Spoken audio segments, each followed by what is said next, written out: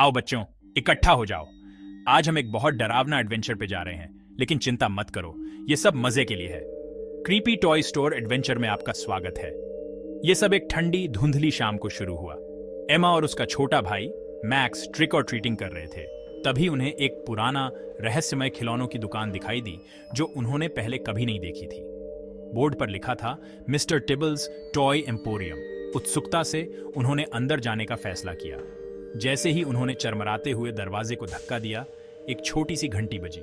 दुकान खिलौनों से भरी हुई थी, लेकिन कोई साधारण खिलौने नहीं। ऐसा लग रहा था कि इन खिलौनों का अपना दिमाग है।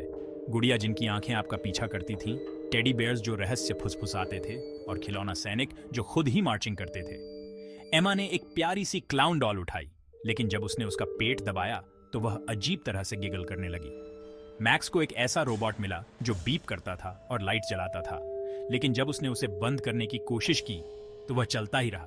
अरे, ये जगह कितनी डरावनी है, मैक्स फुसफुसाया। उसकी आंखें चौड़ी हो गईं। अचानक बत्तियां टिमटिमा गईं और एक गहरी रहस्यमय आवाज दुकान में गूंज उठी। स्वागत है छोटे साहसी लोगों, ये कहा। एमा और मैक्स उछल पड़े, लेकिन भागे नहीं। वे बहुत उत्सुक थे।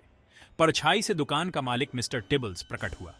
वह एक लंबा पतला आदमी था जिसने टॉप हैट पहनी हुई थी और एक दोस्ताना मुस्कान थी।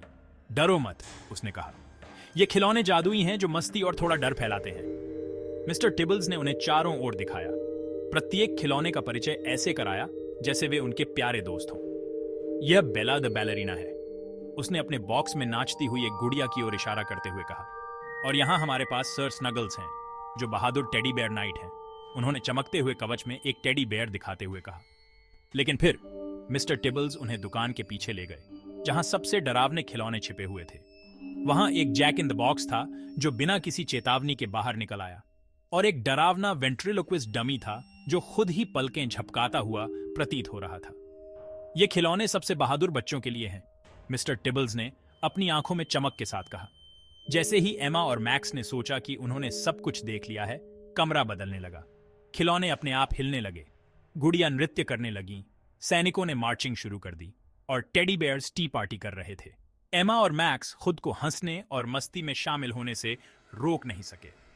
जब जाने का समय आया तो मिस्टर टिबल्स ने उन्हें स्मृति चिन्ह के रूप में एक एक छोटा खिलौना दिया। याद रखना, उन्होंने कहा, खिलौनों की दुकान का जादू हमेशा तुम्हारे साथ है। जैसे ही एमा और मैक्स बाहर निकले, उन्होंने पीछे मुड़कर देखा कि दुकान कोहरे में गायब हो गई है। क्या यह सचमुच अस्तित्व में था, या यह सिर्फ एक हैलोवीन ट्रिक था? कौन जाने। लेकिन एक बात तो पक्की है, क्रीपी टॉय स्टोर एडवेंचर वह था जिसे वे कभी नहीं भूलेंगे। इस स्पूकी फन एडवेंचर में मेरे साथ जुड़ने के लिए धन्यवाद। बच्चों, याद रखें, कभी कभी सबसे डरावनी जगह सबसे मजेदार हो सकती हैं। अगली बार तक एडवेंचरिंग करते रहो।